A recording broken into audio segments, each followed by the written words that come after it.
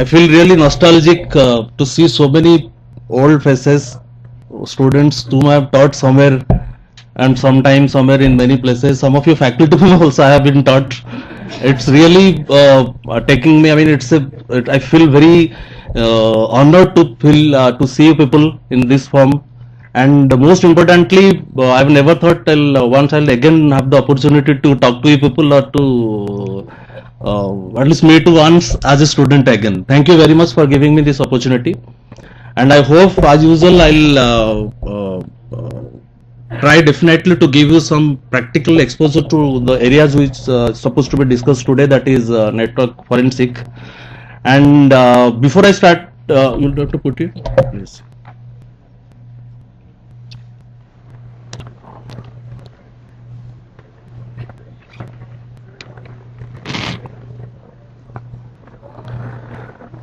Okay, so before I start further, let me just give you an overall view what actually I was trying to discuss today.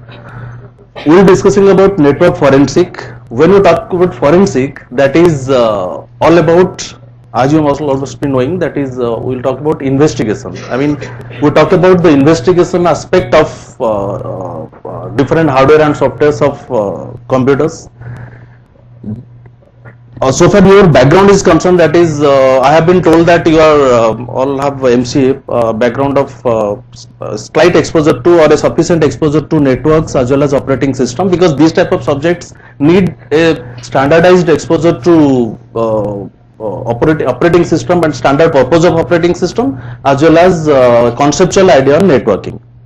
So what I have planned, I have divided the whole discussion of 2 hours into 2 segments. The first part we will talk about the computer forensic, where I'll talk about the static aspect of the how to investigate and how to de-link or link of different segments of a computer. I mean, how to investigate or how to reciprocate, how to understand the invasion, understand the intrusion of computers. In the second part, I'll talk about the networking part.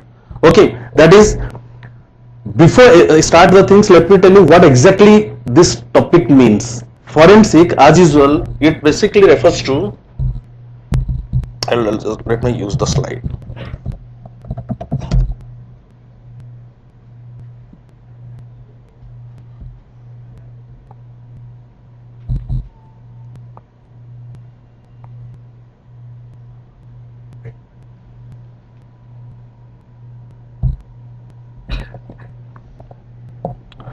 So basically, when you talk about forensic, that is basically all about the investigational aspect of computers.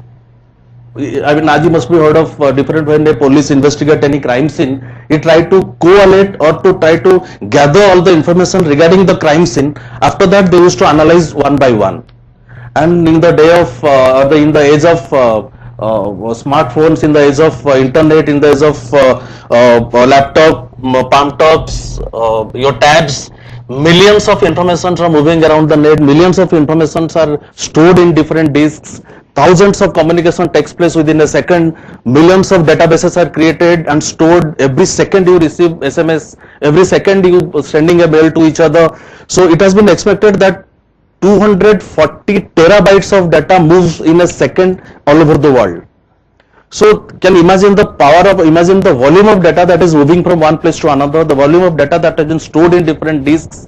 Nowadays we have the data, we don't talk about databases in terms of tables, we talk about database in terms of data warehouses, we talk about networks in terms of neural networks, we talk about communication in terms of ad hoc networks. We don't have any static, we don't, nowadays आप ये भी देखेंगे, we don't have the concept of moving data in terms of wired also, wired or wired network. We have communication like wireless communication, starting from microwave communication, ad hoc networks, sensor networks.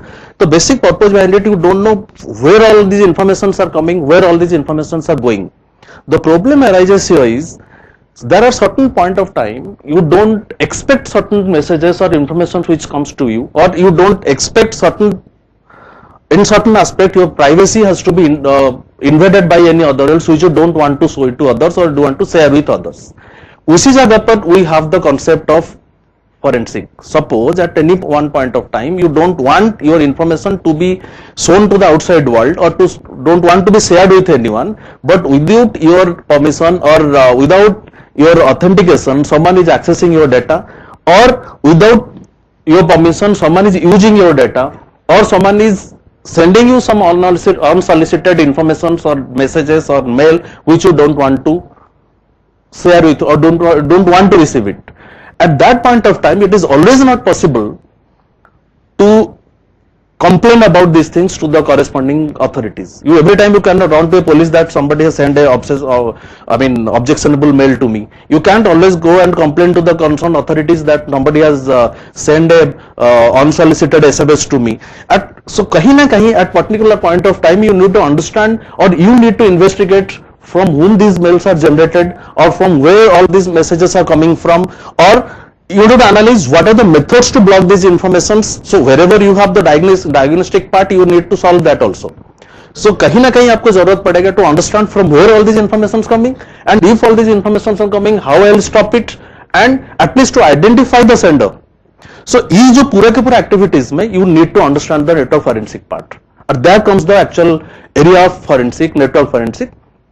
And in order to understand network forensics, सबसे पहले you need to understand the concept of the operating system which holds all your informations, because as you all must be knowing, operating system the only medium that receives or interface that from anything from the outside world, uses it and make the work done by your hardware.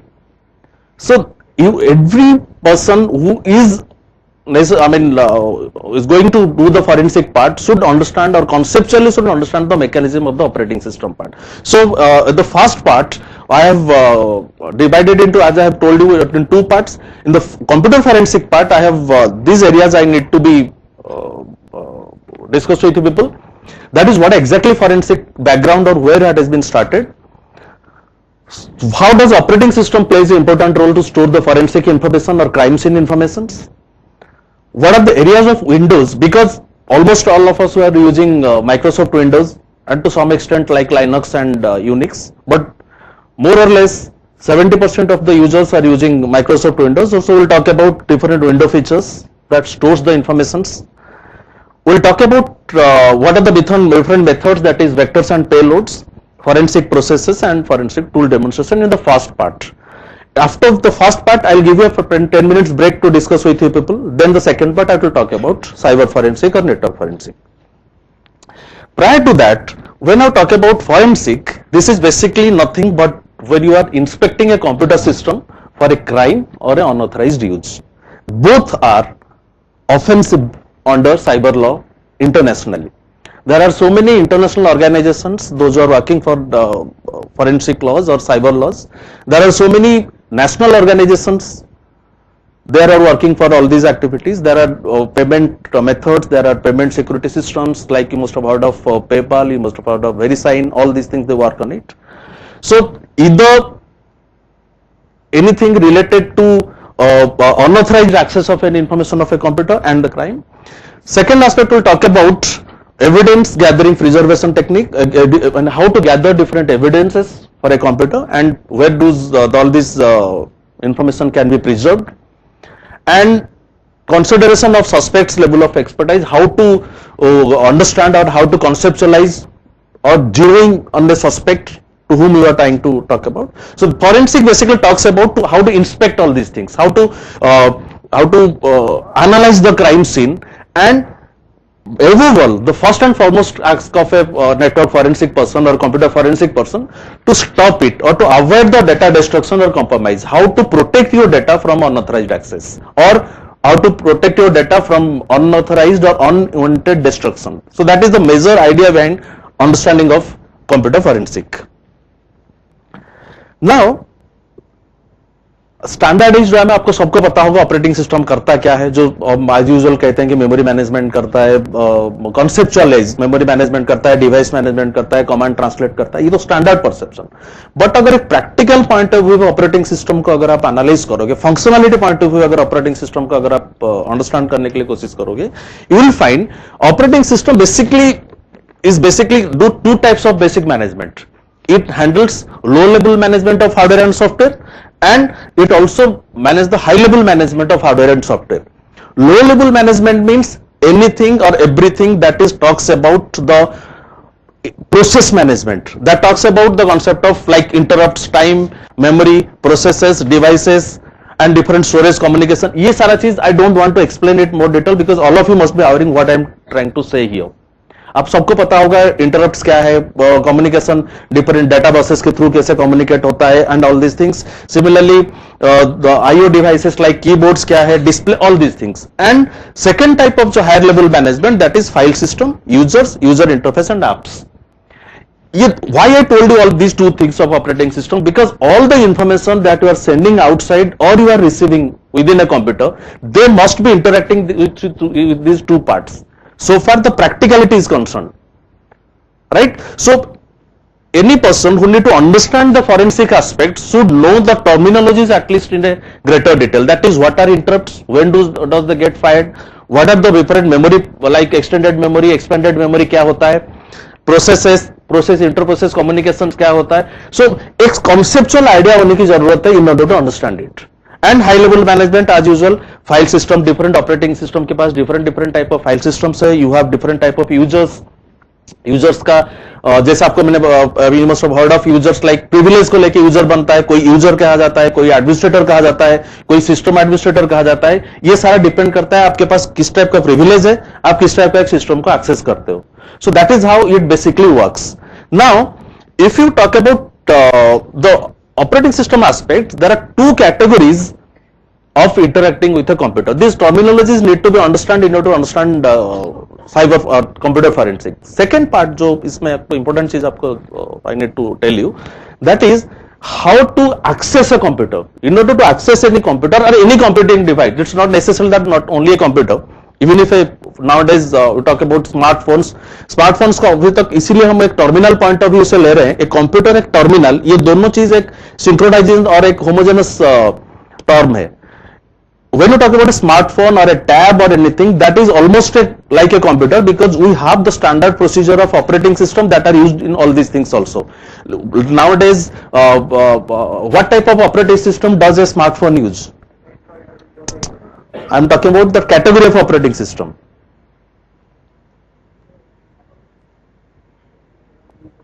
ये जो Android हो गया, Symbian हो गया या iOS, all this thing, ये operating system का किस कैटेगरी में आता है?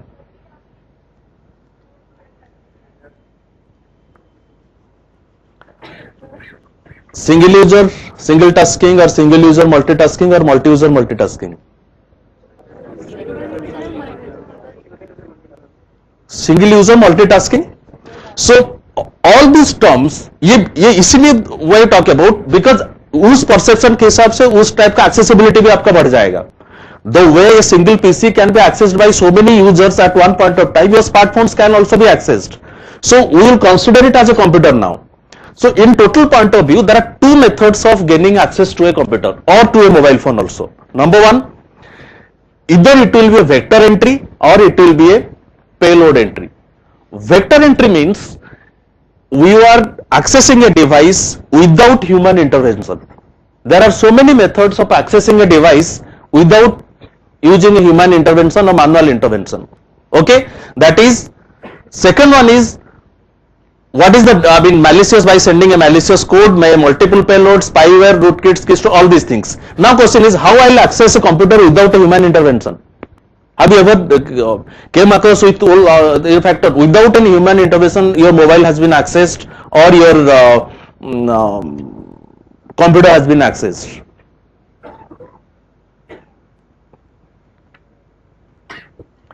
For example, all of your computers nowadays have Bluetooth, and you almost in mobile phones you have Bluetooth. Your Bluetooth is visibility is on, right? And somebody else can access to your Bluetooth, provided if you are not protected your Bluetooth, your access code through the access code or any other methods. It can share your information to that. In fact, I don't know whether you are aware of or not. The basic method of gaining the accessibility of different computers or sending unauthorized mails like 9/11 or in fact the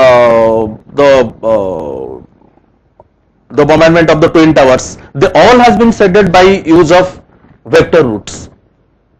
Okay, most of the cases mein they used to access the information from unauthorized or unprotected computers or mobile phones, and the data usually sent or accessed, or the information like extortions or different communications take place by using somebody else addresses or somebody else domain, right? So the basic point is either it will be a vector route or it will be a payload route. Payload का जो किस्म है which is delivered by use of a vector. Vector means through some entity जिसके through I will plant it in your system, like spyware, like different malicious codes or rootkits, keystroke loggers, illegal software spamming, etc. All of you must be knowing what are keyloggers. What are keyloggers?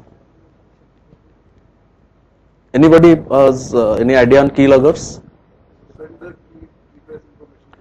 Right, keyloggers are basically a malicious code which can be sent to whomever you want to access his information. The keyloggers are basically a microscopic program. You can send it through attachment, or somebody somehow you need to plant that code in somebody's computer or in mobile phone. Once it will be stored, immediately it will send the footlog or the address aspect, like it may be the MAC address or the device address or the IP address, okay, to your system or to the sender system. Once it will get all these informations, now it will be synchronized communication link will be automatically set up. That is, whatever information you will be typing by use your keyboard or your mobile phone keypad, that will be automatically sent to the other user by a notepad or to a text file. So that whether you are using any password or using any sort of information, the person who has sent those keylogger to you will be automatically identified or automatically communicated. So that is the common method of hacking or passwords. There are two concepts. You should understand the difference between hacking and cracking. What is hacking and what is cracking? You must have heard of cracking of softwares. Hack means you are accessing somebody's unauthorized, without permission you are accessing somebody's information or entered into a somebody's system. Cracking means you are breaking the code and entering into the systems. So crack means you are somehow bypassing the security gate or security check and enter to the system. And hacking means you have theft, you have stole the, you made a theft of all those informations which have been stored in anyone's systems. Okay. Before I go to other details of these things, so these are different methods like use of spywares, use of keywords, use of bootloggers, use of spamming. All these informations are basic methods of entering into these payloads. Now, इस type का situation पे there are two important things, that is, when you talk about the forensic aspect, either you need to assess it and acquire it. That is, assess means you need to assess who are the persons who are accessed the information from you. Second part में you need to acquire the information that has been stored in other systems or in your systems. कहने का meaning ये है कि you need to inspect the physical environment, that is, do really anybody has accessed your informations. इसका एक basic technique में मैं आपको बताता हूं.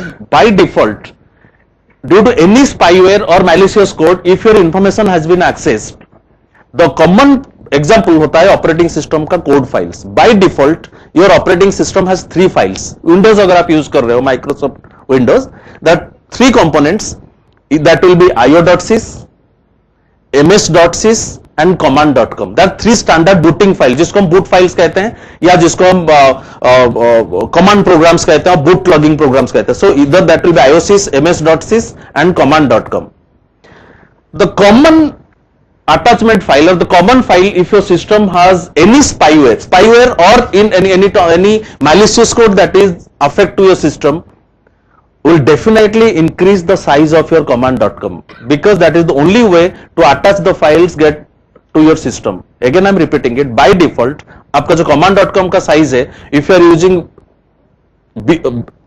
operating system before XP, the size is 54695 kilobyte. And in case of Windows 7 and for the Windows 7 and Windows 8 and all that, they have 9,000, 92,000 something.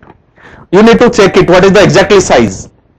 जब आप कभी भी ऑपरेटिंग सिस्टम इंस्टॉल करते हो, by default you note down the size of the command.com. command.com is a file, operating system boot file, जिसको आप use करके आप सिस्टम को बूट कराते हैं. बूट करने के लिए 3 फाइल, आपको बूटिंग प्रोसेस तो पता होगा, लाइक बायस के बाद it hooks the bootstrap loader, bootstrap loader के बाद आपका सिस्टम जब command.com आपका मेमोरी में लोड हो जाता है, that becomes the booting process. So जो कॉमन बूट फाइल जिसको यूज कर आप कमांड यूज करते हो, दैट इज command.com. command.com का बाय डिफॉल्ट साइज जो भी है, once your system is get infected by any of these vectors, will definitely increase the command.com size. तो best method है, whenever you are sure that your system is not infected, or first time you have installed a fresh copy of operating system to your system, note down the command.com size. At any point of time, symptomically अगर किसी point पे आपको लगेगा कि your system has been infected, at that point of time, check the command.com size with the changed command.com size. Definitely will find some bytes must have been increased because the spyware or the keylogger or any of the information first of all affects this command.com file. Clear? That is one of the method to check. And another method is all these softwares or all these malicious tools or kits, they basically slow down the booting process. Sometimes आप observe कि आपका जो operating system का booting process है वो compatibly slow हो जाता है because of the increase size of this command.com size, right. Another important area, so that is one method. Second important method is that is you need to understand the volatile data of your system. Volatile data means all this data which stores basically in the RAM or all those paging areas, like all the processes, process memory, buffers, clipboard, network informations, or both incoming and outgoing informations and command history. Volatile area means these are temporary informations that will be stored in information. Again I am repeating, कोई भी information आपका operating system ऐसा receive नहीं करता जिसमें वो information को store नहीं करता. Anything and every information that comes to your system must have definitely a entry in the operating system. That is जैसे कि anybody who enters to your college must have been checked or must have been entered or been tracked by the security gate. Similarly, any information that is going into your system and that is any information which coming out of the system definitely must have a signature left in the system. So, and all those signatures are basically stored in a volatile area. Volatile area means you can remove all those areas. So before, sometimes we use हम usually क्या करते हैं कि we try to remove all those volatile areas by using different tools, या disk clean कर लेते हैं, या like use of different tools आजकल आता है, CC cleaner, disk cleaner, all these things. So because though they take disk space, but not necessarily all of them are wasting spaces. For example, your cookies help to run the system faster. There are temporary internet files, all those things. So they have certain informations which helps you to understand the forensic part or to understand where does this information comes from. So all these volatile data you need to store, and non-volatile data also need to be understand. आपको just I am trying to give the terminology so that कि मैं जब ये explain करूँगा आपको समझ में आएगा कि what actually I was trying to explain. Non-volatile data जो सिस्टम पे होता है, that is partition information, आपका डिस्क पार्टीशन इंफॉर्मेशन. यहां थोड़ा सा आपको डिफरेंस होगा. आप लोग लाइनक्स या यूनिक्स पढ़े हो थोड़ा बहुत. लाइनक्स का पार्टीशन एंड विंडोज का पार्टीशन में यू हैव स्लाइटली डिफरेंस, आपको ये पता होगा. लाइनक्स और यूनिक्स के केसेस में what happens, their partitions comes beyond the root files और द सी ड्राइव. जैसे आपका डॉस के केस में, विंडोज के केस में, माइक्रोसॉफ्ट ऑपरेटिंग सिस्टम केस में आपका C drive, D drive, E drive and every drive has its own FAT. Linux वगैरह के केसेस में you have the root file first और the directory path first, then comes your partitions. There are 3 categories of partition. 3 type का default partition होता है in case of Linux और Unix. That is root partition, boot partition and swap. This 3. यानी इन दोनों में उस हिसाब से एंट्री भी डिफरेंट होता है. That is you will have partitions, you have file, you have hidden streams, register keys, recycle bins, schedule task and user. Most importantly, सबसे जो important non volatile information जो आपका सिस्टम पे स्टोर होता है, that is the window registry. Okay, any and every anything you do in your system, चाहे आप system पे कितने बार एक पेन ड्राइव यूज कर रहे हो या anybody who had accessed your system, आप कितने बार अपने सिस्टम को लॉग इन किए हो, कौन सा सॉफ्टवेयर कब इंस्टॉल हुआ था, कौन सा सॉफ्टवेयर कब अनइंस्टॉल हुआ था, every information is stored in window registry. It is as good as a register that stores all the informations when you interacting with any operating system. Operating system का design इतना light नहीं है कि you don't I mean it's not ऐसे कोई चीज information नहीं है जो ऑपरेटिंग सिस्टम जिसको स्किप कर देता है. एवरी मेटा डेटा जिसको कहते हैं data about data is stored in operating system. So in order to understand आपको इसलिए रजिस्ट्री वाला कॉन्सेप्ट एंड रिसाइकल बिन का डिजाइन ये दोनों समझने की बहुत जरूरत है. Okay, and another important thing, you have log files. Every activities of the system usually have a log file created. आप सिस्टम को जब बूट करते हैं, अगर सक्सेसफुल बूट होता है तो आपका इंफॉर्मेशन boot.log में स्टोर हो जाता है. आपका सिस्टम अगर नॉर्मल शटडाउन होता है वो इंफॉर्मेशन भी आपका boot log में स्टोर होता है. एंड उसका अबनॉर्मल शटडाउन अगर होता है, जैसा डायरेक्टली स्विच ऑफ कर देते हो, वो इंफॉर्मेशन भी स्टोर होता है. अगर आप चेक करोगे तो बूट फाइल्स आपको ये पता चलेगा कि how many times you have directly switched off your system, how many times you have properly switched on your system, how many times you have uninstalled a software and how many times you have installed a software. For example, different types of external devices you are using. कौन सा device का signature क्या है, कौन सा device कब use होता है, ऑल दीज इंफॉर्मेशन इधर आपका लॉग फाइल स्टोर करता है और आपका विंडो रजिस्ट्री स्टोर करता है. And in both the cases forensic experts के लिए लॉग फाइल को एनालाइज करना एंड आपका सिस्टम रजिस्ट्री और विंडो रजिस्ट्री को एनालाइज करना, that is the two core areas जो कोई भी साइबर एक्सपर्ट्स या फॉरेंसिक एक्सपर्ट ये दोनों फाइल को सबसे पहले प्रिजर्व करते हैं. What I am trying to say here is, once you will get a conceptual idea about all these things, never try to clean the registry. अगर आपको लगता है कि suspiciously your system has been hacked or system has been cracked or your system has been accessed by anyone else, before doing anything else, don't clean the system, neither the registry nor the recycle bin or not the log files. All these three files has to be kept intact before you analyzing it, because these are the only areas which stores non-volatile data. Because when you talk about these log files, as I have told you, इसको हम कहते हैं कि footprints. Footprint का जो information ये store होता है लॉग फाइल्स में